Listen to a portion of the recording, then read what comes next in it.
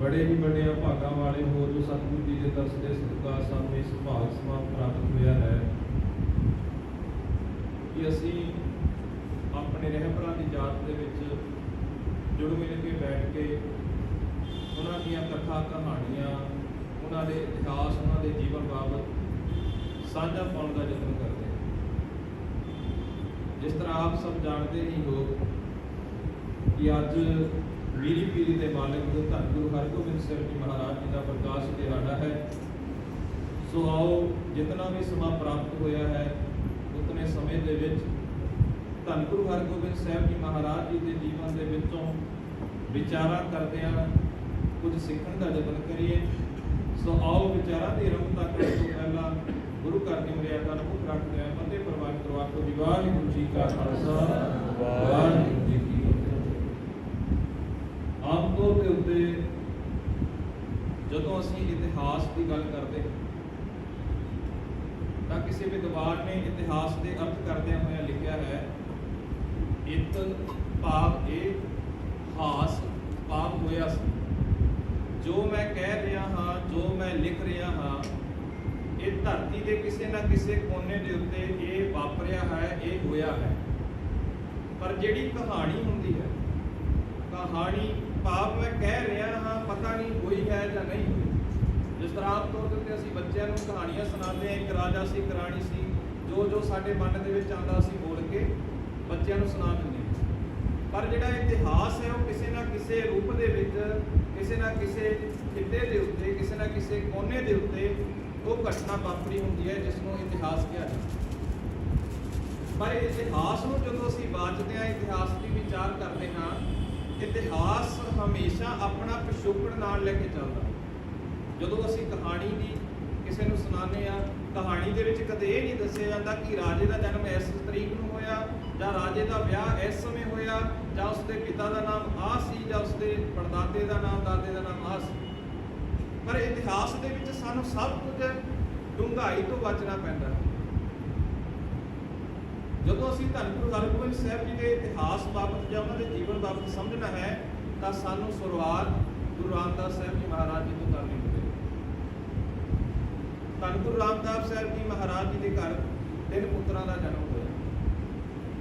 1557 ईस्वी दे विच बाबा प्रीति चंद जी, 1560 दे विच महादेव जी ते 1563 ईस्वी दे विच गुरु अर्जन साहिब जी महाराज जी का गुरु रामदास साहिब जी के घर जन्म होता।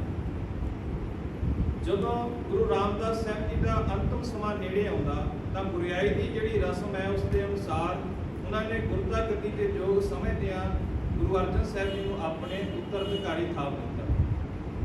घर दे विच सब तो वड्डे होने के कारण बाबा प्रीति चंद ने इस गल का रोस प्रगट किया भी गद्दी के उत्ते हक मेरा बनता सी पर यह सब तो छोटे पुत्र नूं क्यों मेरे छोटे भरा नूं क्यों इस दे उत्ते बिठा दिता गया।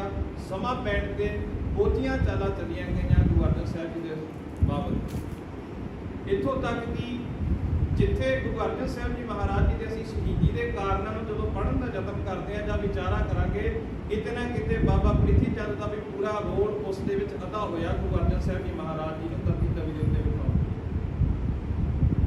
जदों गुरु अर्जन साहिब जी महाराज शहादत हुंदी है थोड़ा जिहा उन्हां दे जीवन बाबत भी असीं समझण का यतन करते हैं क्योंकि असीं रोजाना ये विचारा तो पढ़ लैंदे कि हुक्म अंदर सब को बाहर हुक्म ना होए। हुक्म की गल तां असीं रोज़ पढ़ते हाँ पर जदों किते हुक्म नूं मन्नण की गल आउंदी तां असीं कंनी कतरा जांदे। धन गुरु अर्जन साहिब जी महाराज जी का प्रकाश 1563 ईस्वी नूं हुंदा ते जदों उन्हां दे असीं विआह दी आनंद कारज की गल करते हाँ तां 1579 एक घट 80 1579 ਦੇ ਵਿੱਚ ਉਹਨਾਂ ਦਾ ਵਿਆਹ ਮਾਤਾ ਗੰਗਾ ਜੀ ਦੇ ਨਾਲ ਹੋ ਜਾਂਦਾ। ਉਦੋਂ ਗੁਰੂ ਅਰਜਨ ਸਾਹਿਬ ਜੀ ਮਹਾਰਾਜ ਜੀ ਦੀ ਉਮਰ 16 ਸਾਲ ਦੇ ਕਰੀਬ ਬਣਦੀ। 1579 ਤੋਂ ਲੈ ਕੇ 1595 ਤੱਕ ਫਿਰ 16 ਸਾਲ ਦਾ ਸਮਾਂ ਬਣ ਜਾਂਦਾ। ਆਮ ਤੌਰ ਤੇ ਜਦੋਂ ਅਸੀਂ ਆਪਣੇ ਪਰਿਵਾਰਾਂ ਦੇ ਵਿੱਚ ਵਿਚਰਦੇ ਹਾਂ ਜਾਂ ਸਮਾਜ ਦੇ ਵਿੱਚ ਵਿਚਰਦੇ ਹਾਂ ਨਾ ਜਦੋਂ ਕਿਸੇ ਦਾ ਆਨੰਦ ਕਾਰਜ ਹੁੰਦਾ 4 ਸਾਲ 5 ਸਾਲ ਪੈ ਜਾਣ ਜੇ ਘਰ ਦੇ ਵਿੱਚ ਔਲਾਦ ਨਾ ਹੋਵੇ ਤਾਂ ਉਸਨੂੰ ਔਰਤ ਨੂੰ ਤਾਨੇ ਮਿਹਣੇ ਵੱਜਣੇ ਸ਼ੁਰੂ ਹੋ ਜਾਂਦੇ। उस समय भी यहो जिहे वरतांत वापरिया। प्रीति चंद जी के घर वाली बीबी करमो ने माता गंगा जी को वार वार ताने देने इत्थों तक कि प्रीति चंद जी ने यह भी बीबी करमो को दिलासा ਦਿਲਾਸਾ ਦੇ ਦਿੱਤਾ, ਕੋਈ ਗੱਲ ਨਹੀਂ, ਜੇ ਮੈਂ ਗੱਦੀ ਤੇ ਨਹੀਂ ਬੈਠਾ, ਗੁਰੂ ਅਰਜਨ ਦੇ ਘਰ ਕੋਈ ਪੁੱਤਰ ਨਹੀਂ, ਯਾਦ ਰੱਖੀ ਤੇਰਾ ਪੁੱਤਰ ਮਿਹਰਬਾਨ ਗੱਦੀ ਦਾ ਹੱਕਦਾਰ ਹੋਵੇਗਾ। ਸੋ ਖੈਰ, ਮੈਂ ਗੁਰਬਾਣੀ ਦਾ ਪੱਖ ਆਪ ਜੀ ਦੇ ਨਾਲ ਸਾਂਝਾ ਕਰਾਂਗਾ, ਕਿਉਂਕਿ ਇਤਿਹਾਸਕਾਰਾਂ ਨੇ ਬਹੁਤ ਕੁਝ ਲਿਖ ਦਿੱਤਾ। ਅਸੀਂ ਗੁਰਬਾਣੀ ਦਾ ਪੱਖ ਜਿਹੜਾ ਗੁਰੂ ਅਰਜਨ ਸਾਹਿਬ ਜੀ ਨੇ ਉਸ ਸਮੇਂ ਗੁਰੂ ਹਰਗੋਬਿੰਦ ਸਾਹਿਬ ਜੀ ਮਹਾਰਾਜ ਦੇ ਪ੍ਰਕਾਸ਼ ਵੇਲੇ ਸਾਡੇ ਸਾਹਮਣੇ ਦਰਜ ਕੀਤਾ। 1595 ਈਸਵੀ ਨੂੰ ਸੰਗਤਾਂ ਦੀਆਂ ਅਰਦਾਸਾਂ ਦੇ ਨਾਲ ਗੁਰੂ ਅਰਜਨ ਸਾਹਿਬ ਜੀ ਦੇ ਘਰ ਗੁਰੂ ਹਰਗੋਬਿੰਦ ਸਾਹਿਬ ਜੀ ਦਾ ਜਨਮ ਗੁਰੂ ਕੀ ਵਡਾਲੀ ਵਿਖੇ ਹੋਇਆ। ਤੇ ਗੁਰੂ ਸਾਹਿਬ ਜੀ ਨੇ ਜੋ ਅਸੀਂ ਮੰਗਲਾਚਰਨ ਦੇ ਰੂਪ ਦੇ ਵਿੱਚ ਸ਼ਬਦ ਪੜ੍ਹਿਆ ਕਿ ਸਤਿਗੁਰੂ ਸਾਚੇ ਦੀ ਆਵੇ, ਕਿ ਉਸ ਅਕਾਲ ਪੁਰਖ ਪਰਮਾਤਮਾ ਨੇ ਆਪ ਨਾਨਕ ਦੇ ਰੂਪ ਦੇ ਵਿੱਚ 5ਵੇਂ ਜਾਮੇ ਦੇ ਵਿੱਚ ਮੇਰੇ ਘਰ ਜਨਮ ਲਿਆ, 6ਵੇਂ ਜਾਮੇ ਦੇ ਵਿੱਚ ਮੇਰੇ ਘਰ ਜਨਮ ਲਿਆ। ਤੇ ਬਹੁਤ ਸੰਗਤਾਂ ਦੀਆਂ ਅਰਦਾਸਾਂ ਦੇ ਨਾਲ ਇਹ ਪੁੱਤਰ ਦੀ ਦਾਤ ਪ੍ਰਾਪਤ ਹੋਈ। ਜਦੋਂ ਗੁਰੂ ਸਾਹਿਬ ਜੀ ਦਾ ਪ੍ਰਕਾਸ਼ ਹੁੰਦਾ ਗੁਰੂ ਹਰਗੋਬਿੰਦ ਸਾਹਿਬ ਜੀ ਦਾ, ਉਹਨਾਂ ਸਮਿਆਂ ਦੇ ਵਿੱਚ ਹੀ ਕਾਲ ਪੈ ਜਾਂਦਾ, ਸੋਕਾ ਪੈ ਜਾਂਦਾ। ਜਿੰਨੀਆਂ ਵੀ ਫਸਲਾਂ ਲਾਈਆਂ ਨੇ, ਸੋਕਾ ਪੈਣ ਦੇ ਕਾਰਨ, ਪਾਣੀ ਦੀ ਕਮੀ ਹੋਣ ਦੇ ਕਾਰਨ ਤੇ ਫਸਲ ਤਬਾਹ ਹੋ ਜਾਂਦੀ। ਉੱਥੇ ਹੀ ਗੁਰੂ ਅਰਜਨ ਸਾਹਿਬ ਜੀ ਲਾਹੌਰ ਵਿੱਚ ਜਾ ਕੇ ਜਿੱਥੇ ਸੇਵਾ ਕਰਦੇ ਨੇ, ਉੱਥੇ ਨਾਲ ਨਾਲ ਆਪਣੇ ਘਰ ਪਰਿਵਾਰ ਦਾ ਖਿਆਲ ਰੱਖਦੇ ਆ, ਸਮੇਂ ਨੂੰ ਭਾਂਪਦੇ ਆ, ਪਾਣੀ ਦੀ ਕਿੱਲਤ ਨੂੰ ਪੂਰਾ ਕਰਦੇ ਆ, ਉੱਥੇ ਹਲਟ ਵੀ ਲਗਾਉਂਦੇ ਨੇ। ਜਿੱਥੇ ਗੁਰੂ ਹਰਗੋਬਿੰਦ ਸਾਹਿਬ ਜੀ ਦਾ ਪ੍ਰਕਾਸ਼ ਹੋਇਆ, ਉਸੇ ਨਗਰ ਦੇ ਵਿੱਚ ਵੀ ਗੁਰੂ ਸਾਹਿਬ ਜੀ ਨੇ 6 ਹਲਟਾਂ ਵਾਲਾ ਇੱਕ ਖੂਹ ਤਿਆਰ ਕਰਵਾਇਆ, ਜਿਹੜਾ ਅੱਜ ਵੀ ਇਤਿਹਾਸ ਦੇ ਵਿੱਚ ਛਿਹਲਟਾ ਸਾਹਿਬ ਅਸੀਂ ਕਹਿ ਕੇ ਉਸ ਨੂੰ ਯਾਦ ਕਰਦੇ। ਜਦੋਂ ਗੁਰੂ ਹਰਗੋਬਿੰਦ ਸਾਹਿਬ ਜੀ ਦਾ ਪ੍ਰਕਾਸ਼ ਹੋ ਜਾਂਦਾ, ਮੈਂ ਵਾਰ-ਵਾਰ ਜਦੋਂ ਵੀ ਅਸੀਂ ਇਤਿਹਾਸ ਦੀ ਵਿਚਾਰ ਕਰਦੇ ਹਾਂ, ਆਪ ਜੀ ਦੇ ਨਾਲ ਇੱਕ ਗੱਲ ਜ਼ਰੂਰ ਸਾਂਝੀ ਕਰਦਾ, ਚਾਹੇ ਕੋਈ ਵਿਰੋਧੀ ਹੋਵੇ, ਚਾਹੇ ਕੋਈ ਹੰਕਾਰੀ ਹੋਵੇ, ਉਸ ਦਾ ਵਿਰੋਧ ਕਰਨ ਦਾ, ਹੰਕਾਰ ਕਰਨ ਦਾ ਤਰੀਕਾ ਬਦਲ ਸਕਦਾ, ਪਰ ਉਹ ਕਦੇ ਵੀ ਨਾ ਹੀ ਵਿਰੋਧ ਛੱਡੇਗਾ ਤੇ ਨਾ ਹੀ ਆਪਣੇ ਜੀਵਨ ਦੇ ਵਿੱਚੋਂ ਹੰਕਾਰ ਨੂੰ ਖਤਮ ਕਰੇਗਾ। ਪ੍ਰਿਥੀ ਚੰਦ ਜੀ ਨੂੰ ਹੰਕਾਰ ਸੀ ਕਿ ਮੇਰੇ ਘਰ ਪੁੱਤਰ ਹੈ, ਕਿ ਮੇਰਾ ਪੁੱਤ ਹੀ ਗੱਦੀ ਤੇ ਬੈਠੇਗਾ। ਗੁਰੂ ਅਰਜਨ ਸਾਹਿਬ ਜੀ ਦੇ ਘਰ ਕੋਈ ਔਲਾਦ ਨਹੀਂ। ਜਦੋਂ ਗੁਰੂ ਹਰਗੋਬਿੰਦ ਸਾਹਿਬ ਜੀ ਦਾ ਘਰ ਦੇ ਵਿੱਚ ਪ੍ਰਕਾਸ਼ ਹੋ ਜਾਂਦਾ, ਤਾਂ ਫਿਰ ਵੀ ਬੀਬੀ ਕਰਮੋਂ ਨੇ ਉਹਨਾਂ ਨੂੰ ਜਾ ਕੇ ਟੁੰਬਣਾ ਸ਼ੁਰੂ ਕਰ ਦਿੱਤਾ ਵੀ ਤੁਸੀਂ ਤਾਂ ਕਹਿੰਦੇ ਸੀ ਕਿ ਉਹਨਾਂ ਦੇ ਘਰ ਕੋਈ ਔਲਾਦ ਨਹੀਂ, ਦੇਖੋ ਅੱਜ ਉਹਨਾਂ ਦੇ ਘਰ ਔਲਾਦ ਵੀ ਹੋ ਗਈ, ਤਾਂ ਮੇਰਾ ਪੁੱਤਰ ਕਿਸ ਤਰ੍ਹਾਂ ਗੱਦੀ ਤੇ ਬੈਠ ਜਾਵੇ। ਜਦੋਂ ਅਸੀਂ ਗੁਰੂ ਨਾਨਕ ਸਾਹਿਬ ਜੀ ਦੀ ਬਾਣੀ ਨੂੰ ਪੜ੍ਹਨ ਦਾ ਯਤਨ ਕਰਦੇ ਜਾਂ ਉਹਨਾਂ ਦੇ ਪ੍ਰਚਾਰ ਦੀ ਗੱਲ ਕਰ ਲਈਏ ਨਾ, ਇਹਨਾਂ ਤੋਂ ਪਹਿਲਾਂ ਸਮਾਜ ਦੇ ਵਿੱਚ ਔਰਤਾਂ ਦੀ ਦਸ਼ਾ ਬਹੁਤ ਮਾੜੀ ਸੀ।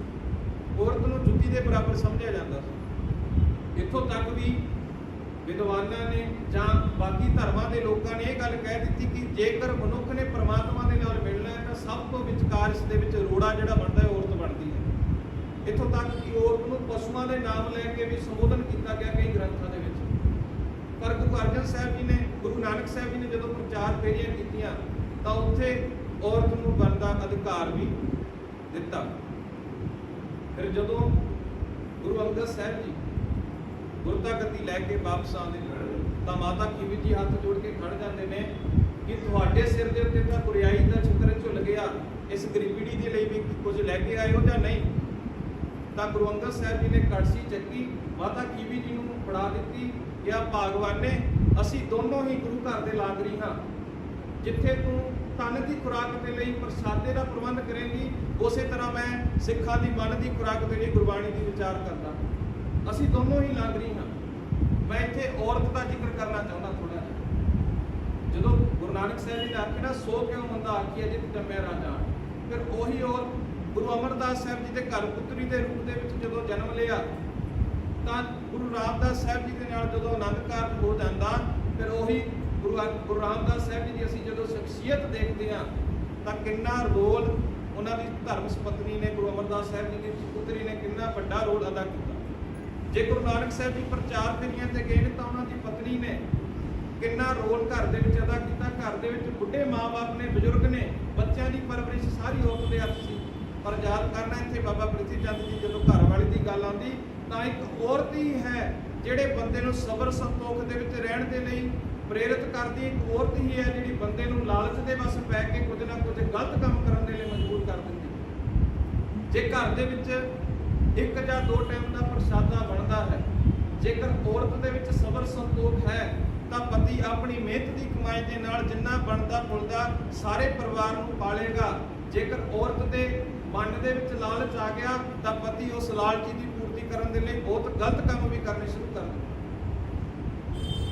ਬਾਬਾ ਪ੍ਰਿਥੀ ਚੰਦ ਜੀ ਨੂੰ ਜਦੋਂ ਉਹਨਾਂ ਦੀ ਪਤਨੀ ਨੇ ਆਖਿਆ ਕਿ ਹੁਣ ਤਾਂ ਉਹਨਾਂ ਦੇ ਘਰ ਪੁੱਤਰ ਦਾ ਜਨਮ ਵੀ ਹੋ ਗਿਆ, ਤਾਂ ਹੁਣ ਸਾਡੇ ਪੁੱਤ ਨੂੰ ਗੁਰਤਾ ਗੱਦੀ ਕਿਸ ਤਰ੍ਹਾਂ ਮਿਲੇ, ਬਾਬਾ ਪ੍ਰਿਥੀ ਚੰਦ ਨੇ ਹਰ ਤਰ੍ਹਾਂ ਦੀ ਨੀਵੀਂ ਤੋਂ ਨੀਵੀਂ ਹਰਕਤ ਕਰਨੀ ਚਾਹੀ ਗੁਰੂ ਹਰਗੋਬਿੰਦ ਸਾਹਿਬ ਜੀ ਦੇ ਉੱਤੇ ਜ਼ੁਲਮ ਕੀਤਾ। ਸਭ ਤੋਂ ਪਹਿਲਾਂ ਉਹਨਾਂ ਨੇ, ਜਿਸ ਤਰ੍ਹਾਂ ਆਮ ਤੌਰ ਦੇ ਉੱਤੇ ਅਸੀਂ ਅੱਜ ਵੀ ਦੇਖਦਾ ਹੈ ਕਿ ਘਰਾਂ ਦੇ ਵਿੱਚ ਅਸੀਂ ਬੱਚਿਆਂ ਨੂੰ ਖਿਡਾਉਣ ਦੇ ਲਈ ਕਿਸੇ ਨਾ ਕਿਸੇ ਇਸਤਰੀ ਜਾਂ ਕਿਸੇ ਨਾ ਕਿਸੇ ਦਾ ਪ੍ਰਬੰਧ ਕਰ ਲੈਂਦੇ ਹਾਂ। ਉਸ ਸਮੇਂ ਵੀ ਦਾਈ ਜਿਹੜੀ ਸੀ, ਇਤਿਹਾਸ ਦੇ ਵਿੱਚ ਦੋ ਦਾਈਆਂ ਦਾ ਜ਼ਿਕਰ ਜ਼ਿਆਦਾ ਆਇਆ। ਇੱਕ ਦਾਈ ਦੌਲਤਾ, ਜਿਹਦਾ ਅਸੀਂ ਗੁਰੂ ਨਾਨਕ ਸਾਹਿਬ ਜੀ ਦੇ ਪ੍ਰਕਾਸ਼ ਵੇਲੇ ਗੱਲ ਕਰਦੇ ਹਾਂ, ਜਿਹਨੇ ਇਹ ਆਖ ਦਿੱਤਾ ਕਿ ਪੈਸੇ ਪੱਖੋਂ ਤਾਂ ਮੈਂ ਬਹੁਤ ਗਰੀਬ ਸਾਂ, ਪਰ ਗੁਰੂ ਨਾਨਕ ਸਾਹਿਬ ਜੀ ਦੇ ਦਰਸ਼ਨ ਕਰਕੇ ਮੈਨੂੰ ਜੁਗਾਂ ਜੁਗਾਂ ਦੀ ਦੌਲਤ ਪ੍ਰਾਪਤ ਹੋ ਗਈ। ਮੈਨੂੰ ਸੱਚਮੁੱਚ ਇਹ ਮਹਿਸੂਸ ਹੋਇਆ ਕਿ ਮੇਰੇ ਘਰਦਿਆਂ ਨੇ ਅੱਜ ਜਿਹੜਾ ਦੌਲਤ ਦਾ ਨਾਂ ਰੱਖਿਆ ਸੀ, ਮੈਂ ਸੱਚਮੁੱਚ ਹੀ ਦੌਲਤਵਾਨ ਹੋ ਗਈ। ਪਰ ਇੱਥੇ ਦਾਈ ਫੱਤੋ ਦਾ ਜ਼ਿਕਰ ਵੀ ਆਇਆ, ਜਿਹਨੇ ਆਪਣੇ ਸਰੀਰ ਨੂੰ ਜ਼ਹਿਰ ਲਾ ਕੇ ਗੁਰੂ ਹਰਗੋਬਿੰਦ ਸਾਹਿਬ ਜੀ ਨੂੰ ਦੁੱਧ ਪਿਲਾਉਣਾ ਚਾਹਿਆ, ਤਾਂ ਜਦੋਂ ਜ਼ਹਿਰ ਜ਼ਿਆਦਾ ਲੱਗਾ ਹੋਣ ਦੇ ਕਾਰਨ ਉਸੇ ਹੀ ਸਰੀਰ ਨੂੰ ਚੜ੍ਹ ਗਿਆ ਤਾਂ ਉੱਥੇ ਮੌਤ ਹੋ ਗਈ। ਜਾਂਦੇ ਜਾਂਦੇ ਇਹ ਵੀ ਆਖ ਗਈ ਕਿ ਇਹ ਕੰਮ ਮੈਂ ਪ੍ਰਿਥੀ ਚੰਦ ਦੇ ਕਹਿਣ ਉੱਤੇ ਕੀਤਾ। ਪੂਰੇ ਘਰ ਦੇ ਵਿੱਚ ਸਾਰੇ ਜਣੇ ਸੁਚੇਤ ਹੋ ਗਏ ਕਿ ਹਾਂ ਵੀ ਸਾਡੇ ਬੱਚੇ ਨੂੰ ਕੁਝ ਖਤਰਾ ਹੈ। ਸਮਾਂ ਟਲਿਆ, ਥੋੜਾ ਜਿਹਾ ਸਮਾਂ ਪਿਆ, ਫਿਰ ਬਾਬਾ ਪ੍ਰਿਥੀ ਚੰਦ ਜੀ ਨੇ ਇੱਕ ਸਪੇਰੇ ਨੂੰ ਖਰੀਦਿਆ ਵੀ ਉਹ ਤਾਂ ਉਸਦੇ ਸਰੀਰ ਨੂੰ ਜ਼ਹਿਰ ਲਾਇਆ ਸੀ। ਜ਼ਹਿਰ ਜ਼ਿਆਦਾ ਲੱਗਾ ਹੋਣ ਦੇ ਕਾਰਨ ਉਸ ਦੀ ਮੌਤ ਹੋ ਗਈ ਤੇ ਜਾਂਦੀ ਜਾਂਦੀ ਬੋਲ ਗਈ। ਕਿਉਂ ਨਾ ਸੱਪ ਦੇ ਕੋਲੋਂ ਬੱਚੇ ਨੂੰ ਡੰਗ ਮਰਵਾਇਆ ਜਾਵੇ, ਸੱਪ ਕੰਮ ਵੀ ਕਰ ਦੇਵੇਗਾ ਤੇ ਸੱਪ ਕੁਝ ਬੋਲ ਕੇ ਵੀ ਨਹੀਂ ਦੱਸੇਗਾ। ਕੁਦਰਤ ਦਾ ਭਾਣਾ, ਕੁਦਰਤ ਦੀ ਖੇਡ ਇਹੋ ਜਿਹੀ ਵਰਤੀ ਕਿ ਉਹ ਸੱਪ ਉਸੇ ਸਪੇਰੇ ਨੂੰ ਲੜ ਗਿਆ ਤੇ ਸਪੇਰਾ ਉੱਥੇ ਹੀ ਜਦੋਂ ਅੰਤਮ ਸਮਾਂ ਨੇੜੇ ਆਇਆ ਉਹ ਵੀ ਜਾਂਦਾ ਜਾਂਦਾ ਆਖ ਗਿਆ ਕਿ ਮੈਨੂੰ ਪ੍ਰਿਥੀ ਚੰਦ ਨੇ ਭੇਜੀ। ਤੀਜਾ ਵਾਰ ਫਿਰ ਗੁਰੂ ਹਰਗੋਬਿੰਦ ਸਾਹਿਬ ਜੀ ਦੇ ਉੱਤੇ ਹੋਇਆ। ਆਮ ਤੌਰ ਦੇ ਉੱਤੇ ਜਿਹੜੇ ਅਸੀਂ ਘਰਾਂ ਦੇ ਵਿੱਚ ਰੱਖਦੇ ਨੇ ਕਿ ਬੱਚਿਆਂ ਨੂੰ ਖਿਡਾਉਣ ਦੇ ਲਈ ਕਿਸੇ ਨਾ ਕਿਸੇ ਦਾ ਪ੍ਰਬੰਧ ਕਰਦੇ ਆ, ਇਸੇ ਤਰ੍ਹਾਂ ਇੱਕ ਖਿਡਾਵਾ ਆਇਆ, ਉਸਨੇ ਦਹੀਂ ਦੇ ਵਿੱਚ ਜ਼ਹਿਰ ਪਾ ਕੇ ਗੁਰੂ ਸਾਹਿਬ ਜੀ ਨੂੰ ਮਾਰਨ ਦੀ ਕੋਸ਼ਿਸ਼ ਕੀਤੀ। ਜਦੋਂ ਛੋਟੇ ਬੱਚੇ ਨੇ, ਗੁਰੂ ਹਰਗੋਬਿੰਦ ਸਾਹਿਬ ਜੀ ਨੇ ਬਾਲ ਉਮਰ ਦੇ ਵਿੱਚ ਰੋਣਾ ਸ਼ੁਰੂ ਕਰ ਦਿੱਤਾ ਤਾਂ ਘਰ ਦੇ ਸਾਰੇ ਇੱਕਦਮ ਭੱਜੇ ਆਏ। ਤਾਂ ਹੱਥ ਦੇ ਕੰਮ ਦੇ ਹੋਣ ਦੇ ਕਾਰਨ ਦਹੀਂ ਦੀ ਕਟੋਰੀ ਜਦੋਂ ਥੱਲੇ ਡਿੱਗ ਗਈ ਤਾਂ ਇਤਿਹਾਸਕਾਰ ਲਿਖਦੇ ਨੇ ਕਿ ਕੋਲ ਇੱਕ ਕੁੱਤਾ ਬੈਠਾ ਸੀ, ਉਹ ਕੁੱਤੇ ਨੇ ਜਦੋਂ ਦਹੀਂ ਚੱਟਿਆ ਉਸ ਦੀ ਵੀ ਮੌਤ ਹੋ ਗਈ। ਤਾਂ ਉਹ ਖਿਡਾਵਾ ਵੀ ਜਾਂਦਾ ਜਾਂਦਾ ਇਹ ਕਹਿ ਗਿਆ ਕਿ ਮੈਨੂੰ ਪ੍ਰਿਥੀ ਚੰਦ ਜੀ ਨੇ ਭੇਜਿਆ। ਅਸਲ ਦੇ ਵਿੱਚ ਪ੍ਰਿਥੀ ਚੰਦ ਦੀ ਜਿਹੜੀ ਘਰ ਵਾਲੀ ਸੀ ਉਸਨੇ ਵਾਰ-ਵਾਰ ਇਸ ਨੂੰ ਧੱਕਾ ਲਾਇਆ। ਪਰ ਜਦੋਂ ਇਹ ਤਿੰਨੇ ਘਟਨਾਵਾਂ ਹੋ ਜਾਂਦੀਆਂ ਨਾ, ਗੁਰੂ ਅਰਜਨ ਸਾਹਿਬ ਜੀ ਮਹਾਰਾਜ ਜੀ ਦੀ ਸ਼ਖਸੀਅਤ ਦੇਖੋ, ਉਹਨਾਂ ਦੀ ਸੋਚਣੀ ਦੇਖੋ ਕਿੰਨੀ ਤਕੜੀ ਹੈ ਕਿ ਉਹ ਆਪਣੇ ਸੁਪੁੱਤਰ ਨੂੰ ਲੈ ਕੇ ਸਭ ਤੋਂ ਪਹਿਲਾਂ ਬਾਬਾ ਪ੍ਰਿਥੀ ਚੰਦ ਜੀ ਦੇ ਘਰ ਜਾਂਦੇ ਨੇ ਕਿ ਉਮਰ ਦੇ ਵਿੱਚ ਤੁਸੀਂ ਮੇਰੇ ਤੋਂ ਵੱਡੇ ਹੋ, ਮੈਨੂੰ ਪਰਮਾਤਮਾ ਨੇ ਪੁੱਤਰ ਦੀ ਦਾਤ ਬਖਸ਼ੀ ਹੈ, ਇਸ ਨੂੰ ਅਸੀਸ ਬਖਸ਼ੋ। ਫਿਰ ਬਾਅਦ ਵਿੱਚ ਮਹਾਦੇਵ ਜੀ ਕੋਲ ਵੀ ਗਏ ਵੀ ਮੇਰੇ ਘਰ ਪੁੱਤਰ ਨੇ ਜਨਮ ਲਿਆ, ਇਸ ਨੂੰ ਅਸੀਸ ਬਖਸ਼ਿਸ਼ ਕਰੋ। ਸੋ ਖੈਰ ਸਮਾਂ ਬੀਤਦਾ ਗਿਆ। ਗੁਰੂ ਹਰਗੋਬਿੰਦ ਸਾਹਿਬ ਜੀ ਦਾ ਜੀਵਨ ਕਾਲ ਦੇ ਵਿੱਚ ਉਹਨਾਂ ਦੀ ਵਿਦਿਆ, ਧਾਰਮਿਕ ਵਿਦਿਆ, ਜਿੰਨੀ ਵੀ ਸ਼ਾਸਤਰ ਵਿਦਿਆ, ਸਾਰੀ ਦੀ ਸਾਰੀ ਜ਼ਿੰਮੇਵਾਰੀ ਬਾਬਾ ਬੁੱਢਾ ਜੀ ਨੂੰ ਸੌਂਪੀ ਗਈ। ਗੁਰੂ ਅਰਜਨ ਸਾਹਿਬ ਜੀ ਮਹਾਰਾਜ ਜੀ ਦੀ ਸ਼ਹਾਦਤ ਹੋ ਜਾਂਦੀ 1606 ਈਸਵੀ ਦੇ ਵਿੱਚ। 1606 ਈਸਵੀ ਦੇ ਵਿੱਚ ਗੁਰੂ ਹਰਗੋਬਿੰਦ ਸਾਹਿਬ ਜੀ ਦੀ ਉਮਰ ਤਕਰੀਬਨ 11 ਸਾਲ ਦੀ ਬਣ ਗਈ। ਜਦੋਂ ਅਸੀਂ ਗੁਰੂ ਗੋਬਿੰਦ ਸਿੰਘ ਮਹਾਰਾਜ ਜੀ ਦੀ ਗੱਲ ਕਰਦੇ ਤਾਂ ਉਸ ਸਮੇਂ ਵੀ ਜਦੋਂ ਪਿਤਾ ਸ਼ਹਾਦਤ ਦਾ ਜਾਮ ਪੀਂਦੇ ਨੇ ਤਾਂ ਉਹਨਾਂ ਦੀ ਉਮਰ 9 ਸਾਲ ਹੈ ਤੇ ਇੱਥੇ ਉਮਰ 11 ਸਾਲ। ਯਾਦ ਰੱਖਣਾ ਇਹ ਗੱਲਾਂ ਅਸੀਂ ਆਪਣੇ ਸਾਡੇ ਸਾਹਮਣੇ ਬੱਚੇ ਬੈਠੇ ਨੇ, ਉਹਨਾਂ ਦੀ ਉਮਰ ਦਾ ਅਸੀਂ ਜਾਣਦੇ ਹਾਂ ਕਿ ਕੌਣ 10 ਸਾਲ ਦਾ, ਕੌਣ 11 ਸਾਲ ਦਾ, ਕੌਣ 12 ਸਾਲ ਦਾ। ਉਸ ਉਮਰ ਦੇ ਅਨੁਸਾਰ ਤੇ ਉਹਨਾਂ ਦੀ ਸੋਚ ਨਹੀਂ ਦੇਖਣੀ ਅਸੀਂ ਵੀ ਕਿੱਥੇ ਤੱਕ ਉਹਨਾਂ ਦੀ ਸੋਚਣੀ ਕੰਮ ਕਰਦੀ ਸੀ ਤੇ ਅੱਜ ਅਸੀਂ ਆਪਣੇ ਬੱਚਿਆਂ ਦੀ ਸੋਚ ਨੂੰ ਕਿੱਥੇ ਤੱਕ ਡਿਵੈਲਪ ਕੀਤੀ। 11 ਸਾਲ ਦੀ ਉਮਰ ਦੇ ਉੱਤੇ ਗੱਦੀ ਦੇ ਉੱਤੇ ਬੈਠਦੇ ਨੇ। ਗੁਰੂ ਅਰਜਨ ਸਾਹਿਬ ਜੀ ਦੀ ਜਦੋਂ ਸ਼ਹਾਦਤ ਹੁੰਦੀ ਤਾਂ ਸਿੱਖਾਂ ਦੇ ਵਿੱਚ ਬਹੁਤ ਰੋਹ ਹੁੰਦਾ। ਦੇਖੋ ਦੋ ਕਾਰਨ ਹੁੰਦੇ ਸੀ, ਜਾਂ ਤਾਂ ਚੁੱਪ ਕਰਕੇ ਉੱਥੇ ਬੈਠ ਜਾਂਦੇ ਜਾਂ ਲੋਹਾ ਗਰਮ ਦੇ ਕੇ ਉਸ ਦੇ ਉੱਤੇ ਸੱਟ ਮਾਰੀ ਜਾਂਦੀ। ਗੁਰੂ ਹਰਗੋਬਿੰਦ ਸਾਹਿਬ ਜੀ ਨੇ ਸਮਾਂ ਭਾਂਪਿਆ। ਜਦੋਂ ਮੀਰੀ ਪੀਰੀ ਦੀਆਂ ਤਲਵਾਰਾਂ ਧਾਰਨ ਕੀਤੀਆਂ, ਬਾਬਾ ਬੁੱਢਾ ਸਾਹਿਬ ਜੀ ਨੂੰ ਆਖਿਆ ਕਿ ਆਪ ਜੀ ਗੁਰਤਾ ਗੱਦੀ ਦੀ ਰਸਮ ਅਦਾ ਕਰਦੇ ਆਏ ਹੋ, ਮੀਰੀ ਪੀਰੀ ਦੀਆਂ ਤਲਵਾਰਾਂ ਵੀ ਸਾਨੂੰ ਧਾਰਨ ਕਰਵਾਓ। ਤਾਂ ਉੱਥੇ ਨਾਲ ਹੀ ਵਚਨ ਆਖ ਦਿੱਤਾ ਕਿ ਹੁਣ ਗੁਰੂ ਘਰ ਦੇ ਵਿੱਚ ਜਿੱਥੇ ਦਾ ਸੰਬੰਧ ਲੈ ਕੇ ਆਉਂਦੇ ਹੋ ਉੱਥੇ ਹੀ ਸਾਨੂੰ ਆਪਣੀ ਜਵਾਨੀ ਭੇਂਟ ਕਰੋ, ਸੋਹਣੇ ਘੋੜੇ, ਸੋਹਣੇ ਸ਼ਸਤਰ ਸਾਨੂੰ ਭੇਂਟ ਕਰੋ, ਕਿਉਂਕਿ ਹੁਣ ਸਮਾਂ ਜਵਾਨੀ ਮੰਗਦਾ, ਬਲਿਦਾਨ ਮੰਗਦਾ। ਕਿਉਂਕਿ ਸ਼ਹਾਦਤ ਉਹਨੂੰ ਹੀ ਆਖਿਆ ਜਾਂਦਾ ਜਿਸ ਦੀ ਕੁਰਬਾਨੀ ਤੋਂ ਬਾਅਦ ਸਮਾਜ ਦੇ ਵਿੱਚ ਬਦਲਾਅ ਆ ਸਕੇ। ਗੁਰੂ ਅਰਜਨ ਸਾਹਿਬ ਜੀ ਤੋਂ ਪਹਿਲਾਂ ਜੋ ਕੁਝ ਅਸੀਂ ਸ਼ਾਂਤੀ ਦਾ ਮਾਹੌਲ ਦੇਖਦੇ ਹਾਂ, ਉਸ ਤੋਂ ਬਾਅਦ ਜੰਗਾਂ ਯੁੱਧਾਂ ਦਾ ਮਾਹੌਲ ਸ਼ੁਰੂ ਹੋ ਜਾਂਦਾ। ਮੈਂ ਇੱਕ ਬੇਨਤੀ ਕਰਨੀ ਚਾਹੁੰਦਾ, ਜੇਕਰ ਅਸੀਂ ਗੁਰੂ ਨਾਨਕ ਸਾਹਿਬ ਜੀ ਦੀ ਗੱਲ ਕਰੀਏ, ਅੱਜ ਅਸੀਂ 1430 ਅੰਗਾਂ ਵਾਲੇ ਗੁਰੂ ਗ੍ਰੰਥ ਸਾਹਿਬ ਜੀ ਦੇ ਇਸ ਸਰੂਪ ਦੇ ਦਰਸ਼ਨ ਕਰਦੇ ਹਾਂ। ਜੇਕਰ ਗੁਰੂ ਨਾਨਕ ਸਾਹਿਬ ਜੀ ਚਾਹੁੰਦੇ ਤਾਂ ਉਹ ਇਕੱਲੇ ਆਪਣੇ ਜੀਵਨ ਦੇ ਵਿੱਚ ਵੀ ਇੰਨੀ ਬਾਣੀ ਲਿਖ ਸਕਦੇ ਸੀ, ਕੋਈ ਸ਼ੰਕਾ ਨਹੀਂ। ਪਰ ਜੋ ਉਹਨਾਂ ਨੇ ਸਰੀਰਕ ਜਾਮੇ ਦੇ ਵਿੱਚ ਹੰਢਾਉਣਾ, ਕੁਰਬਾਨੀਆਂ ਵੀ ਹੋਣੀਆਂ, ਤੱਤੀ ਤਵੀ ਤੇ ਵੀ ਬੈਠਣਾ, ਪੁੱਤਰਾਂ ਦੀਆਂ ਕੁਰਬਾਨੀਆਂ ਵੀ ਦੇਖਣੀਆਂ, ਮੀਰੀ ਪੀਰੀ ਦੀਆਂ ਤਲਵਾਰਾਂ ਵੀ ਧਾਰਨ ਕਰਨੀਆਂ, ਅਕਾਲ ਤਖਤ ਦੀ ਸਿਰਜਣਾ ਵੀ ਕਰਨੀ। ਇਸ ਦੇ ਲਈ ਲੰਮਾ ਸਮਾਂ ਚਾਹੀਦਾ ਸੀ। 239 ਸਾਲ ਦਾ ਸਮਾਂ ਬਣਿਆ ਤਾਂ ਜਾ ਕੇ ਖਾਲਸਾ ਪੰਥ ਦੀ ਸਿਰਜਣਾ ਹੋਈ। ਮੀਰੀ ਪੀਰੀ ਦੀਆਂ ਤਲਵਾਰਾਂ ਧਾਰਨ ਕੀਤੀਆਂ, ਉਪਦੇਸ਼ ਕੀਤਾ ਸਿੱਖਾਂ ਨੂੰ ਵੀ ਅੱਜ ਤੋਂ ਸਾਨੂੰ ਜਵਾਨੀ ਦੀ ਲੋੜ ਹੈ। ਸਮਾਂ ਬੀਤਦਾ ਗਿਆ। 1609 ਈਸਵੀ ਪੁੱਤਰ ਗੁਰੂ ਹਰਗੋਬਿੰਦ ਸਾਹਿਬ ਜੀ ਦੀ ਉਮਰ ਹੋ ਗਈ 14 ਸਾਲ। 14 ਸਾਲ ਦਾ ਬੱਚਾ ਸਮੇਂ ਦੀ ਹਕੂਮਤ ਦੇ ਨਾਲ ਮੱਥਾ ਲਾਉਣ ਦੇ ਲਈ ਤਿਆਰ ਹੋ ਗਿਆ, ਕਿਉਂਕਿ ਹਕੂਮਤ ਦੇ ਸਾਹਮਣੇ ਤਾਂ ਇੱਕ ਬੱਚਾ ਹੀ ਹੈ 14 ਸਾਲ ਦਾ। ਜਦੋਂ ਛੋਟਾ ਬੱਚਾ ਕਿਸੇ ਨਾ ਕਿਸੇ ਵੱਡੇ ਉਪਲਕਸ਼ ਦੇ ਲਈ ਤਿਆਰੀ ਕਰਦਾ, ਕਿਸੇ ਪ੍ਰਾਪਤੀ ਦੇ ਲਈ ਤਿਆਰੀ ਕਰਦਾ, ਤਾਂ ਉੱਚੇ ਨੂੰ ਜਿਹੜਾ ਅਹੁਦੇ ਤੇ ਬੈਠਾ ਉਹਨੂੰ ਕਿਤੇ ਨਾ ਕਿਤੇ ਜਾ ਕੇ ਤਾਂ ਗੱਲ ਉਸ ਦੀ ਚੁਭੂਗੀ, ਕਿਉਂਕਿ ਉਸ ਸਮੇਂ ਦੇ ਜਹਾਂਗੀਰ ਨੇ ਇਹ ਐਲਾਨ ਕਰ ਦਿੱਤਾ ਸੀ ਕਿ ਕੋਈ ਵੀ ਬਾਦਸ਼ਾਹ ਹੋਵੇ 2 ਫੁੱਟ ਤੋਂ ਉੱਚਾ ਉਸ ਦਾ ਤਖਤ ਨਹੀਂ ਹੋ ਸਕਦਾ। ਪਰ ਜਿਸ ਤਖਤ ਦੀ ਉਸਾਰੀ ਗੁਰੂ ਹਰਗੋਬਿੰਦ ਸਾਹਿਬ ਜੀ ਕਰਾਉਣ ਜਾ ਰਹੇ ਨੇ, ਉਸ ਤਖਤ ਦੀ ਉਚਾਈ 12 ਫੁੱਟ ਦੇ ਕਰੀਬ ਸੀ। ਗੁਰੂ ਹਰਗੋਬਿੰਦ ਸਾਹਿਬ ਜੀ ਨੇ ਆਪ ਆਪਣੇ ਹੱਥਾਂ ਦੇ ਨਾਲ ਇੱਟਾਂ ਢੋਈਆਂ। ਭਾਈ ਗੁਰਦਾਸ ਜੀ ਨੇ ਉਸ ਇੱਟਾਂ ਦੀ ਚਿਨਾਈ ਦੇ ਲਈ ਗਾਰ ਤਿਆਰ ਕੀਤੀ। ਬਾਬਾ ਬੁੱਢਾ ਸਾਹਿਬ ਜੀ ਨੇ ਉਸ ਤਖਤ ਦੀ ਉਸਾਰੀ ਕੀਤੀ, ਜਿਸ ਨੂੰ ਨਾਂ ਦਿੱਤਾ ਕਿ ਅਕਾਲ ਦਾ ਤਖਤ ਹੈ। ਦੁਨਿਆਵੀ ਤਖਤ ਤਾਂ ਢਹਿ ਜਾਣਗੇ, ਪਰ ਇਹ ਉਸ ਦਾ ਤਖਤ ਹੈ ਜਿਹੜਾ ਨਾ ਹੀ ਕਦੇ ਜੰਮਿਆ ਤੇ ਨਾ ਹੀ ਕਦੇ ਮਰਿਆ, ਤੇ ਉਸ ਦਾ ਤਖਤ ਵੀ ਕਦੇ ਵੀ ਢਾਏਗਾ ਨਹੀਂ। ਲੱਖਾਂ ਯਤਨ ਕੀਤੇ ਢਾਉਣ ਦੇ ਲਈ, ਪਰ ਅੱਜ ਵੀ ਉਸ ਦੀ ਸ਼ਾਨ ਬਰਕਰਾਰ ਹੈ। ਹੁਣ ਚਾਲਾਂ ਕਿਹੋ ਜਿਹੀਆਂ ਚੱਲਦੀਆਂ ਸੀ। ਪਿੱਛੇ ਜੇ ਇੱਕ ਘਟਨਾ ਦੇਖੀ, 2-3 ਦਿਨ ਪਹਿਲਾਂ ਦੀ ਗੱਲ ਹੈ ਕਿ ਦਿੱਲੀ ਦੀ ਘਟਨਾ ਹੈ। ਦਰਬਾਰ ਸਾਹਿਬ ਦਾ ਮਾਡਲ ਉੱਥੇ ਇੱਕ ਪਾਰਕ ਦੇ ਵਿੱਚ ਤਿਆਰ ਕਰਕੇ ਲਗਾ ਦਿੱਤਾ। ਬਾਬਾ ਪ੍ਰੀਤੀ ਚੰਦ ਨੇ ਵੀ ਇਹੀ ਕੁਝ ਕੀਤਾ ਸੀ। ਮੈਂ ਇੱਕ ਕਹਾਣੀ ਛੋਟੀ ਜਿਹੀ ਸਾਂਝੀ ਕਰਨੀ ਚਾਹੁੰਦਾ। ਇੱਕ ਰਾਜੇ ਨੇ ਨਾ ਇੱਕ ਕੈਦੀ ਨੂੰ ਕੈਦ ਕੀਤਾ। ਉਹ 2 ਗੁਲਦਸਤੇ ਲੈ ਕੇ ਆ ਗਏ, ਇੱਕ ਨਕਲੀ ਤੇ ਇੱਕ ਅਸਲੀ। ਰਾਜਾ ਉਸ ਕੈਦੀ ਨੂੰ ਕਹਿੰਦਾ ਵੀ ਜੇਕਰ ਤੂੰ ਨੇ ਦੋਨਾਂ ਗੁਲਦਸਤਿਆਂ ਨੂੰ ਦੱਸ ਦਵੇਂ ਵੀ ਕਿਹੜਾ ਅਸਲੀ ਕਿਹੜਾ ਨਕਲੀ, ਤਾਂ ਤੇਰੀ ਸਜ਼ਾ ਮਾਫ, ਪਰ ਤੂੰ ਹੱਥ ਨਹੀਂ ਲਾਉਣਾ, ਬਿਨਾਂ ਹੱਥ ਲਾਏ ਦੂਰ ਤੋਂ ਦੇਖ ਕੇ ਦੱਸੋ। ਕਹਿੰਦਾ ਚਲੋ ਠੀਕ ਹੈ। ਉਹਨੂੰ ਕੁਝ ਸਮਾਂ ਮਿਲਿਆ। ਸੋ ਖੈਰ ਸਮਾਂ ਜਦੋਂ ਮਿਲਿਆ ਉਸਨੇ ਦੇਖਿਆ, ਤਾਂ ਉਸਨੇ ਕਿਹਾ ਵੀ ਜਿਹੜਾ ਤੇਰੇ ਸੱਜੇ ਹੱਥ ਵੱਲ ਦੇ ਪਾਸੇ ਨਾ ਗੁਲਦਸਤਾ ਪਿਆ ਅਸਲੀ, ਕਿਉਂਕਿ ਰਾਜੇ ਨੂੰ ਪਤਾ ਸੀ ਵੀ ਹਾਂ ਵੀ ਇਹ ਅਸਲੀ ਆ। ਕਹਿੰਦਾ ਮੈਂ ਤੈਨੂੰ ਫਿਰ ਮੌਕਾ ਦਿੰਦਾ, ਇੱਕ ਵਾਰੀ ਦੇਖ ਲਾ ਵੀ ਕਿਹੜਾ ਅਸਲੀ ਕਿਹੜਾ ਨਕਲੀ, ਤੇਰੀ ਜਾਨ ਦੀ ਬਾਜੀ ਲੱਗੀ। ਕਹਿੰਦਾ ਨਹੀਂ, ਸੱਜੇ ਪਾਸੇ ਵਾਲਾ ਅਸਲੀ ਹੈ, ਚਾਹੇ ਤੂੰ ਮੈਨੂੰ 10 ਵਾਰੀ ਪੁੱਛ ਲੈ, ਚਾਹੇ 100 ਵਾਰੀ ਪੁੱਛ ਲੈ। ਕਹਿੰਦਾ ਹਾਂ ਇਹੀ ਅਸਲੀ ਹੈ। ਫਿਰ ਉਸਨੇ ਪੁੱਛਿਆ ਵੀ ਤੂੰ ਦੱਸ ਵੀ ਤੈਨੂੰ ਕਿੱਦਾਂ ਪਤਾ ਲੱਗਾ ਕਿ ਅਸਲੀ ਆ? ਕਹਿੰਦਾ ਸ਼ਹਿਦ ਦੀ ਮੱਖੀ ਕਦੇ ਵੀ ਕਾਗਜ਼ ਦੇ ਫੁੱਲਾਂ ਦੇ ਉੱਤੇ ਨਹੀਂ ਬੈਠਦੀ, ਉਹ ਹਮੇਸ਼ਾ ਕੁਦਰਤੀ ਫੁੱਲਾਂ ਦੇ ਉੱਤੇ ਬੈਠਦੀ ਹੈ। ਜਿਹੜਾ ਗੁਰੂ ਦਾ ਸਿੱਖ ਹੈ, ਪ੍ਰਿਥੀ ਚੰਦ ਨੇ ਵੀ ਦਰਬਾਰ ਤਿਆਰ ਕੀਤਾ, ਪਰ ਜਿਹੜਾ ਗੁਰੂ ਦਾ ਸਿੱਖ ਹੈ, ਮੱਖੀ ਜਿਸ ਤਰ੍ਹਾਂ ਸ਼ਹਿਦ ਪ੍ਰਾਪਤ ਕਰਨ ਦੇ ਲਈ ਅਸਲੀ ਫੁੱਲਾਂ ਦੇ ਕੋਲ ਜਾਂਦੀ, ਗੁਰੂ ਦਾ ਸਿੱਖ ਵੀ ਇਸ ਤਰ੍ਹਾਂ ਗਿਆਨ ਪ੍ਰਾਪਤ ਕਰਨ ਲਈ ਸੱਚੇ ਦਰ ਤੇ ਆਵੇਗਾ। ਅਕਾਲ ਤਖਤ ਦੀ ਇਮਾਰਤ ਨੂੰ ਢਾਉਣ ਦਾ ਯਤਨ ਕੀਤਾ। ਵਿਰੋਧੀਆਂ ਨੇ ਇਹ ਚਾਲਾਂ ਚੱਲਣੀਆਂ ਵੀ ਹਾਂ, ਜਦੋਂ ਅਸੀਂ ਇੱਟਾਂ ਦੀ ਇਮਾਰਤ ਨੂੰ ਕਿਸੇ ਨੂੰ ਢਾਉਣ ਦਾ ਯਤਨ ਕਰਦੇ, ਸੋਹਣੇ ਤਰੀਕੇ ਦੇ ਨਾਲ ਬਣਾ ਕੇ ਤਿਆਰ ਕਰ ਲੈਂਦੇ ਨੇ, ਕਿਉਂ ਨਾ ਇਹਨਾਂ ਦੀ ਵਿਚਾਰਧਾਰਾ ਨੂੰ ਉਹਨਾਂ ਨੂੰ ਤੋੜਿਆ ਜਾਵੇ। ਅੱਜ ਚਾਲਾਂ ਚੱਲ ਰਹੀਆਂ ਨੇ, ਕਿਹੋ ਜਿਹੇ ਇਤਿਹਾਸ ਦੇ ਨਾਲ ਮਿਲਾਵਟ ਹੋ ਗਈ। ਗੁਰੂ ਹਰਗੋਬਿੰਦ ਸਾਹਿਬ ਜੀ ਨੇ ਅਕਾਲ ਤਖਤ ਦੀ ਉਸਾਰੀ ਕੀਤੀ, ਨਾਲ ਮੀਰੀ ਪੀਰੀ ਦੀਆਂ ਤਲਵਾਰਾਂ ਧਾਰਨ ਕੀਤੀਆਂ, ਤੇ ਨਾਲ ਹੀ ਨਾਲ ਲੋਹਗੜ੍ਹ ਕਿਲੇ ਦੀ ਉਸਾਰੀ ਕੀਤੀ, ਕਿਉਂਕਿ ਕੋਈ ਵੀ ਰਾਜਾ ਹੋਵੇ ਨਾ, ਉਸ ਦੀ ਕਿਲੇ ਦੀ ਸ਼ਾਨ, ਕਿਲੇ ਦੀ ਉਸਾਰੀ, ਕਿਲੇ ਦੀ ਮਜ਼ਬੂਤੀ, ਕਿਲੇ ਦੀ ਦੀਵਾਰੀ ਤੋਂ ਪਤਾ ਲੱਗ ਜਾਂਦਾ ਕਿ ਇਸ ਦੇ ਕੋਲ ਤਾਕਤ ਕਿੰਨੀ।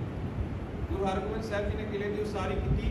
ਸੋ ਖੈਰ ਜਹਾਂਗੀਰ ਨੂੰ ਖਬਰਾਂ ਜਾ ਰਹੀਆਂ, ਪਤਾ ਲੱਗ ਰਿਹਾ ਵੀ ਹਾਂ ਵੀ ਕੋਈ ਮੌਕੇ ਦੀ ਹਕੂਮਤ ਦੇ ਬਰਾਬਰ ਦਾ ਕੋਈ ਟੱਕਰ ਲੈਣ ਵਾਲਾ ਤਿਆਰ ਹੋ ਰਿਹਾ, ਕਿਉਂਕਿ ਗੁਰੂ ਸਾਹਿਬ ਜੀ ਜਿੱਥੇ ਜਵਾਨੀ ਦੀ ਮੰਗ ਕੀਤੀ, ਉੱਥੇ ਹੀ ਇਹ ਵੀ ਉਪਦੇਸ਼ ਕਰ ਦਿੱਤਾ ਵੀ ਸ਼ਿਕਾਰ ਖੇਡੋ, ਜੰਗਲਾਂ ਦੇ ਵਿੱਚ ਜਾ ਕੇ ਯੁੱਧ ਨੀਤੀ ਨੂੰ ਤਿਆਰ ਕਰੋ, ਸਿੱਖੋ ਸ਼ਸਤਰ ਵਿੱਦਿਆ, ਘੋੜ ਵਿੱਦਿਆ ਸਿੱਖੋ। ਇਹ ਸਾਰਾ ਕੁਝ ਚੱਲਦਾ ਗਿਆ। ਜਹਾਂਗੀਰ ਨੇ ਗੁਰੂ ਸਾਹਿਬ ਜੀ ਨੂੰ ਕੈਦ ਕਰ ਲਿਆ। 1.5 ਸਾਲ ਦਾ ਸਮਾਂ ਗੁਰੂ ਸਾਹਿਬ ਜੀ ਗਵਾਲੀਅਰ ਦੇ ਕਿਲੇ ਦੇ ਵਿੱਚ ਕੈਦ ਰਹੇ।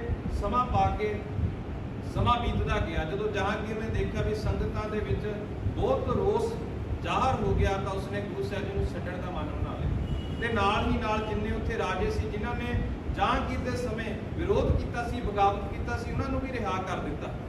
ਸਮਾਂ ਪੈਣ ਤੇ ਗੁਰੂ ਹਰਗੋਬਿੰਦ ਸਾਹਿਬ ਜੀ ਦੇ ਜੀਵਨ ਦੇ ਵਿੱਚ ਜਦੋਂ ਅਸੀਂ ਸਮਾਂ ਅੱਗੇ ਜਾਂਦੇ ਹਾਂ, ਉਹਨਾਂ ਨੇ ਫਿਰ ਜਹਾਂਗੀਰ ਦੇ ਨਾਲ ਦੋਸਤੀ ਵੀ ਹੋ ਜਾਂਦੀ। ਗੁਰੂ ਸਾਹਿਬ ਜੀ ਨੇ ਪ੍ਰਚਾਰ ਵੱਲ ਵੀ ਧਿਆਨ ਦਿੱਤਾ। ਗੁਰੂ ਨਾਨਕ ਸਾਹਿਬ ਜੀ ਤੋਂ ਬਾਅਦ ਇਹ ਦੂਜੇ ਗੁਰੂ ਹੋਏ ਨੇ ਜਿਨ੍ਹਾਂ ਨੇ ਪ੍ਰਚਾਰ ਕਰੀਏ ਆਪਣੇ ਜੀਵਨ ਦੇ ਵਿੱਚ ਪ੍ਰਚਾਰ ਕੀਤਾ ਜਾਂਦਾ, ਕਿਉਂਕਿ ਬਾਕੀ ਦੇ ਗੁਰੂ ਸਾਹਿਬ ਜੀ ਮੰਜੀ ਲਾ ਕੇ ਬੈਠਦੇ ਸੀ, ਤੇ ਜਿਸ ਤਰ੍ਹਾਂ ਅਸੀਂ ਕਹਿੰਦੇ ਮਸੰਦ ਪ੍ਰਥਾ, ਇਹੋ ਜਿਹੀ ਪ੍ਰਥਾ ਦੇ ਨਾਲ ਜਿੱਥੇ ਵੀ ਗੁਰੂ ਸਿੱਖ ਥਾਪੇ ਗਏ ਸਨ, ਮਸੰਦ ਥਾਪੇ ਗਏ ਸਨ, ਉਹ ਪ੍ਰਚਾਰ ਕਰਦੇ ਸਨ। ਕਿਤੇ ਕਿਤੇ ਗੁਰੂ ਸਾਹਿਬ ਜੀ ਇੱਕ ਥਾਂ ਤੋਂ ਦੂਜੀ ਥਾਂ ਤੇ ਜਾਂਦੇ ਨੇ, ਪਰ ਗੁਰੂ ਹਰਗੋਬਿੰਦ ਸਾਹਿਬ ਜੀ ਆਪ ਉਹਨਾਂ ਥਾਵਾਂ ਤੇ ਜਾ ਕੇ ਪ੍ਰਚਾਰ ਕੀਤਾ। ਪ੍ਰਚਾਰ ਕਰਨ ਤੋਂ ਬਾਅਦ ਇੱਕ ਸਮਾਂ ਇਹੋ ਜਿਹਾ ਆਉਂਦਾ, ਇਤਿਹਾਸਕਾਰਾਂ ਨੇ ਵੱਖ-ਵੱਖ ਤਰੀਕਾ ਲਿਖਿਆ ਸੀ, ਤਰੀਕਾਂ ਦੇ ਵਿੱਚ ਨਾ ਪਈਏ, ਅਸੀਂ ਕੁਝ ਸਿੱਖਣਾ ਹੈ। 4 ਜੰਗਾਂ ਗੁਰੂ ਹਰਗੋਬਿੰਦ ਸਾਹਿਬ ਜੀ ਨੇ ਲੜੀਆਂ। ਪਹਿਲੀ ਜੰਗ ਹੋਈ ਗੁਮਟਾਲਾ ਅੰਮ੍ਰਿਤਸਰ ਦੇ ਵਿੱਚ। ਇਸ ਜੰਗ ਦਾ ਕਾਰਨ ਸੀ ਬਾਜ਼। ਸਿੱਖ ਸ਼ਿਕਾਰ ਖੇਡਣ ਜਾ ਰਹੇ ਨੇ, ਉਧਰੋਂ ਹਕੂਮਤ ਦੇ ਵੀ ਬੰਦੇ ਸ਼ਿਕਾਰ ਖੇਡਣ ਆ ਰਹੇ ਨੇ। ਜਿਹੜਾ ਹਕੂਮਤ ਦਾ ਬਾਜ਼ ਹੈ ਉਹ ਪੰਛੀਆਂ ਦੇ ਉੱਤੇ ਝਪਟਦਾ ਹੈ, ਪੰਛੀਆਂ ਨੂੰ ਜ਼ਖਮੀ ਕਰਕੇ ਜ਼ਮੀਨ ਤੇ ਸਿੱਟ ਦਿੰਦਾ ਤੇ ਉਹ ਜਿਹੜੇ ਸੈਨਿਕ ਸਨ ਉਸ ਨੂੰ ਚੱਕ ਕੇ ਲੈ ਜਾਂਦੇ ਸੀ ਤੇ ਉਸ ਨੂੰ ਖਾ ਜਾਂਦੇ। ਇੱਧਰੋਂ ਸਿੱਖਾਂ ਨੇ ਆਪਣਾ ਬਾਜ਼ ਛੱਡਿਆ, ਜਿਹੜਾ ਸ਼ਿਕਾਰੀ ਬਾਜ਼ ਸੀ ਉਸ ਦੇ ਉੱਤੇ ਹਮਲਾ ਕਰਕੇ ਉਸ ਬਾਜ਼ ਨੂੰ ਕੈਦ ਕਰ ਲਿਆ, ਆਪਣੇ ਕਬਜ਼ੇ ਦੇ ਵਿੱਚ ਕਰ ਲਿਆ। ਸੈਨਾ ਨੇ ਜਾ ਕੇ ਕਿਹਾ ਵੀ ਤੁਸੀਂ ਜੰਗ ਨੂੰ ਸੱਦਾ ਦੇ ਰਹੇ ਹੋ, ਤਾਂ ਸਿੱਖ ਕਹਿੰਦੇ ਕੋਈ ਗੱਲ ਨਹੀਂ, ਕਿਉਂਕਿ ਬਾਜ਼ ਜਿਹੜੀ ਹੈ ਨਾ, ਬਾਜ਼ ਇਸ ਦੇ ਗੁਣ ਨੇ। ਬਾਜ਼ ਕਦੇ ਵੀ ਗੁਲਾਮੀ ਨਹੀਂ ਕਰਦਾ, ਉਸ ਨੂੰ ਕਦੇ ਵੀ ਪਿੰਜਰੇ ਦੇ ਵਿੱਚ ਨਹੀਂ ਪਾਇਆ ਜਾਂਦਾ। ਜੇਕਰ ਪਿੰਜਰੇ ਦੇ ਵਿੱਚ ਪਾਵਾਂਗੇ, ਜਾਂ ਤੋਂ ਪਿੰਜਰਾ ਤੋੜ ਦੇਵੇਗਾ ਜਾਂ ਮਿਹਨਤ ਕਰਦਾ ਕਰਦਾ, ਉਦਮ ਕਰਦਾ ਕਰਦਾ ਆਪ ਮਰ ਜਾਵੇਗਾ, ਪਰ ਗੁਲਾਮੀ ਸਵੀਕਾਰ ਨਹੀਂ ਕਰਦਾ। ਇਹ ਸਿੱਖਾਂ ਦੇ ਵਿੱਚ ਗੁਣ ਭਰਨਾ ਸੀ। ਮਰ ਬੇਸ਼ੱਕ ਜਾਇਓ, ਪਰ ਕਦੇ ਗੁਲਾਮੀ ਸਵੀਕਾਰ ਨਾ ਕਰਿਓ। ਜੇਕਰ ਜਿਉਣਾ ਹੈ ਤੇ ਅਣਖ ਦੇ ਨਾਲ ਜਿਉਣਾ, ਇਸ ਗੁਲਾਮੀ ਦੀਆਂ ਜੰਜੀਰਾਂ ਨੂੰ ਤੋੜਨਾ ਪਵੇਗਾ। ਪਹਿਲੀ ਜੰਗ ਸਾਡੀ ਬਾਜ਼ ਦੇ ਨਾਲ, ਬਾਜ਼ ਕਰਨ। ਜਦੋਂ ਹਮਲਾਵਰ ਚੜ ਕੇ ਆਇਆ, ਛੋਟੀ ਜਿਹੀ ਝਪਟ ਹੋਈ, ਰਸੂਲ ਖਾਨ ਭੱਜ ਗਿਆ। ਬਾਅਦ ਵਿੱਚ ਮੁਖਲਿਸ ਖਾਨ ਵਾਪਸ ਆਉਂਦਾ ਹਮਲਾ ਕਰਨ ਦੇ ਲਈ। ਉਧਰੋਂ ਗੁਰੂ ਹਰਗੋਬਿੰਦ ਸਾਹਿਬ ਜੀ ਆਪਣੀ ਪੁੱਤਰੀ ਦੇ ਆਨੰਦ ਕਾਰਜ ਦੀ ਤਿਆਰੀ ਕਰ ਰਹੇ ਨੇ। ਗੁਰੂ ਹਰਗੋਬਿੰਦ ਸਾਹਿਬ ਜੀ ਨੇ ਸਮਾਂ ਸਾਂਭਿਆ, ਮੌਕਾ ਸਾਂਭਿਆ। ਜੰਗ ਲੜੀ ਤੇ ਜੰਗ ਦੇ ਵਿੱਚ ਜਦੋਂ ਜਿੱਤ ਪ੍ਰਾਪਤ ਹੋਈ, ਸਿੱਖਾਂ ਦੇ ਵਿੱਚ ਉਤਸ਼ਾਹ ਹੋਇਆ, ਕਿਉਂਕਿ ਸਿੱਖਾਂ ਦੀ ਪਹਿਲੀ ਜਿੱਤ ਸੀ, ਪਹਿਲੀ ਜੰਗ ਸੀ, ਪਹਿਲੀ ਜਿੱਤ ਸੀ।